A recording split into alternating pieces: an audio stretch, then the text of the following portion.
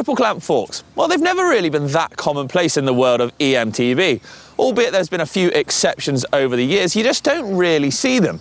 And given that a lot of us like to just spin laps of our local downhills or trail centres, why do we not see them more often?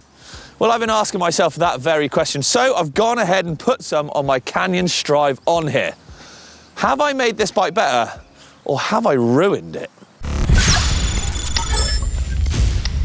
Let's take a look at a few pros and cons of a triple clamp fork then. Pros: slightly more travel to enable you to ride faster through rough terrain, more strength and support for the heavier EMTB, peace of mind, and a great partner up front for a 180 EMTB. Some of the cons then could be a wider down tube might limit the turning circle, but by how much?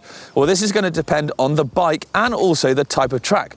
Just how tight a turns do we actually do on our EMTBs? There are, of course, many long travel EMTBs out there that a triple clamp could be great on. Crestline, Poly and Propane are all but a few. Beginning with stiffness. Now, a stiffer fork on an EMTB has surely got to be beneficial, right? Especially on a full-fat e-bike like this. These bikes are around 25 kilograms plus, especially once you put your big old downhill tyres and things like that on pedals, etc. There's a fair bit of weight on them. So, improving stiffness up the front has surely got to be a bonus. Yes, sadly, this bike is not rated to take a triple clamp fork as per Canyon's guidelines, regardless of the travel. If you fit one and damage your bike because of it, your warranty will be void. I've checked with Canyon and they have allowed me to do it, but this is purely an experiment, so please don't do this at home. E-bikes have changed over the years. No longer a battery sort of bolted externally to the frame and give a little bit more room for manoeuvre, should we say, or more of a conventional look.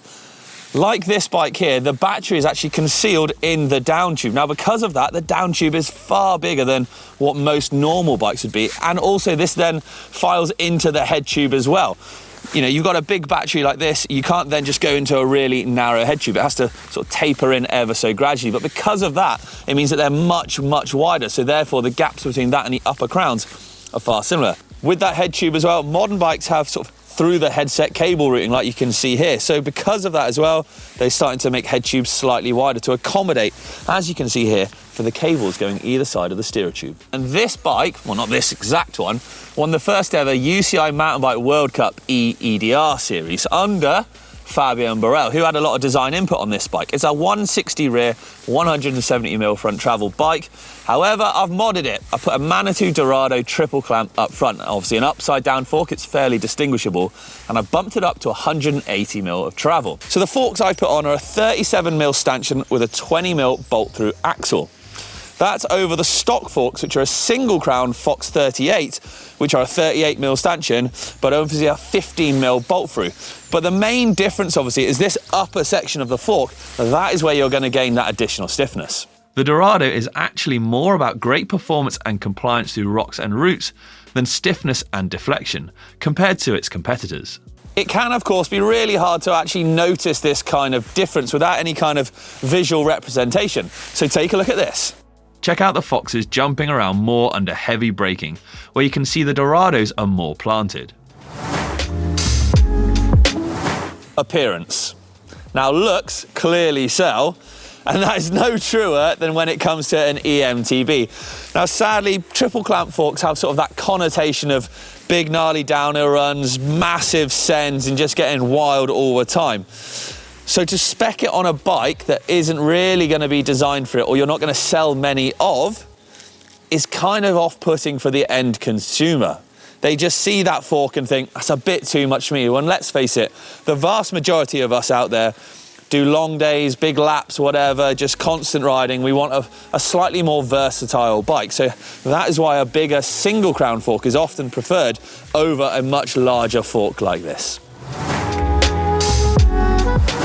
Let's talk about cost. Now, bikes are expensive, and that is a fact nowadays. They cost you, you know, thousands of your hard-earned pennies. So if you're going to have to make a bike as affordable as possible, you're probably not going to spec a triple clamp fork on there. So, like I said, this bike came stock with a Fox 38 Performance on it. Now, if we were to find the equivalent Fox 40, which would be the triple clamp version, or Fox's triple clamp fork, you're looking at adding on roughly, on average, around another $500 minimum.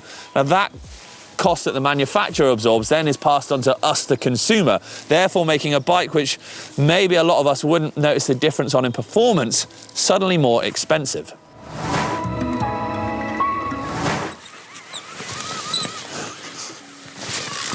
Oh my God, okay, wow. Right, let's talk about steering, because a downfall to the forks is your steering is limited. Now these bars, forks and bars obviously, will turn to about 45 degrees. Over a normal single crown fork, that ups it to about 75 degrees, so obviously a much wider range. And you can see this climb that I'm doing to get to the tops of the track here, I have to make this really tight right-hander here to then snake my way back up that way. And it is actually considerably harder going uphill. Heading down, I don't think it's as big of an issue unless you're having to do really tight endo turns. But at which point, if you're having to endo around a turn, I'm not sure the steering lock makes as much of a difference. But it does mean that sort of more muscling is required. You can see when I came up then, to get it around, I couldn't sort of lean that bike and turn in. I had to sort of pick and hop the front end round. And I'll be honest, this isn't my first attempt either. There are some failed attempts. Have a look at these. Where actually getting round is considerably trickier. So I do think climbing with a triple clamp, although you've got the extra weight there as well, actually keeping the front end down, pro. Con is that it is a little harder to maneuver. Okay, it's been a bit negative so far, hasn't it? So let's go into some of the pros again, because I want to talk about weight. Now, a triple clamp fork is going to weigh on average about 300 to 350 grams more than a single crown, because obviously you've got extra material at the top there. And in the EMTB world lately, we have gone a bit mad with sort of these more lightweight, nimble, lower powered e-bikes, but we're pushing them to the side, as I said, because that's not what this kind of fork is aimed at. With such a negligible weight gain, I think on a full fat, full power e-bike like this, the performance benefits, which we're going to come to, far outweigh the fact of only adding a few hundred grams. Surely it's got to be beneficial. What are those performance benefits then? Well, as we saw in the side-by-side earlier, with that front wheel juddering around, you're not gripping the ground as much. It's not biting into the dirt. It's not giving you as good a traction. With that stiffer, more stable front end, it means you've got better grip more consistently under your riding. This, of course, is going to give you a better feel of what the bike's doing underneath you. And of course, you're going to be able to use all the travel as effectively as possible, and therefore obviously tune your forks as good as they can be. If you're anything like me, when you're riding your e-bike, you love to just smash laps. Just up, down, all the time is the best thing you can do. So having a more stable fork is going to improve your riding. Let's put it this way. A great example, if you're ploughing down and you're sort of hitting these gnarly trails, these big rock gardens, there's lots of bumps after bumps after bumps. What's going to happen is your fork deflects. It hits a bump, it deflects. So a more stable fork is going to deflect less, therefore improving your traction, as I tied into that sort of point we just spoke about. But also that stability is going to allow the travel again to work smoother. It's not going to ping off the rock in a sort of weird direction. I know that sounds a bit odd, right? But if you hit a rock or something hard enough, you'll notice you bounce off of it. Well, something that's more stable isn't going to do that. It's going to allow you to track truer for longer.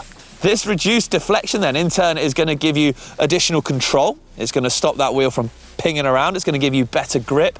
It means you can tune your fork more accurately and more precisely to how you want it, which then knocks on to being able to adjust tire pressures to exactly how they need to be for the type of track you're on. Of course, e-bike riding isn't always about smashing laps. Triple clamps are great for this style of riding.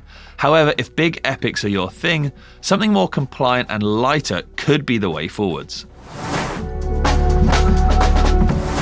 Do you know what a great benefit of triple clamp forks is? Well, these at least. Look at all that mud clearance, baby. British winter's got nothing on them. But have I ruined my bike, or am I a genius in putting these on? Well, first, we need to go for a spin. See you at the top, Matthew!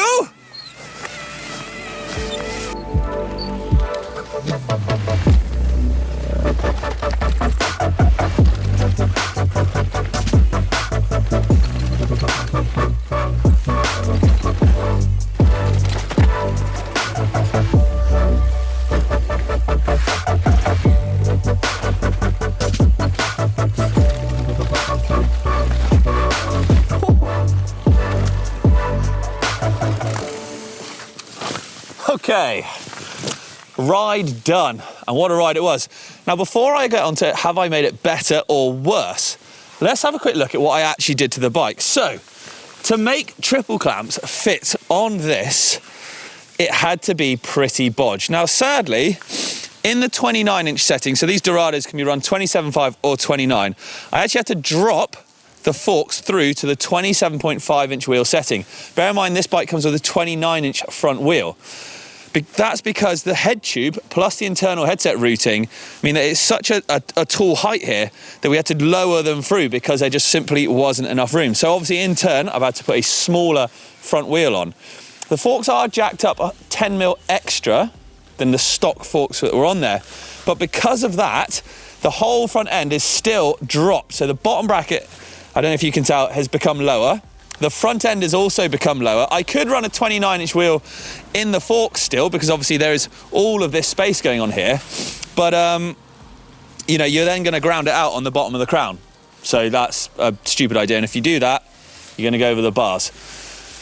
You could try and counteract this by adding some spacers under the direct mount stem on here, because of course it's a direct mount, so you need special spacers. That would bring the front end up a touch, but that doesn't really alter the fact that you've steepened the head angle and dropped the bottom bracket.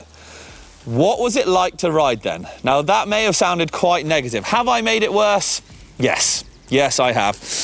Inherently, this bike is designed around 170mm single crown fork and a 29-inch front wheel, and because of that, swapping it to a 27.5, dropping the front, dropping the bottom bracket, you know, the seat tubes then got steeper, the front ends dropped lower. It's not ideal. I feel like I'm really loaded over the front a lot. It's very hard to pull up in like manual through sections and get your weight back. When you load it into turns, it feels like you're gonna get spat out the front quite a lot. I mean, it is buttery smooth, I'll give it that. It's really nice to have the extra 10mm. The forks do work incredibly well. Maybe there are some other forks out there that might fit on this. I don't know. Either way, regardless, it doesn't matter because it's not rated to take them. Actually, like, you just shouldn't put them on there. So even if there are, it doesn't really matter. Having said that, we're getting there. Would I get an e-bike that's designed around a triple clamp? Yes, I would. I think they're an absolute monster truck. For the kind of riding I do a lot of the time, I think they are actually a great idea, and it is something I would look into in the future. Only on a bike they're compatible with and wouldn't change the geometry. Whew, we got there, people.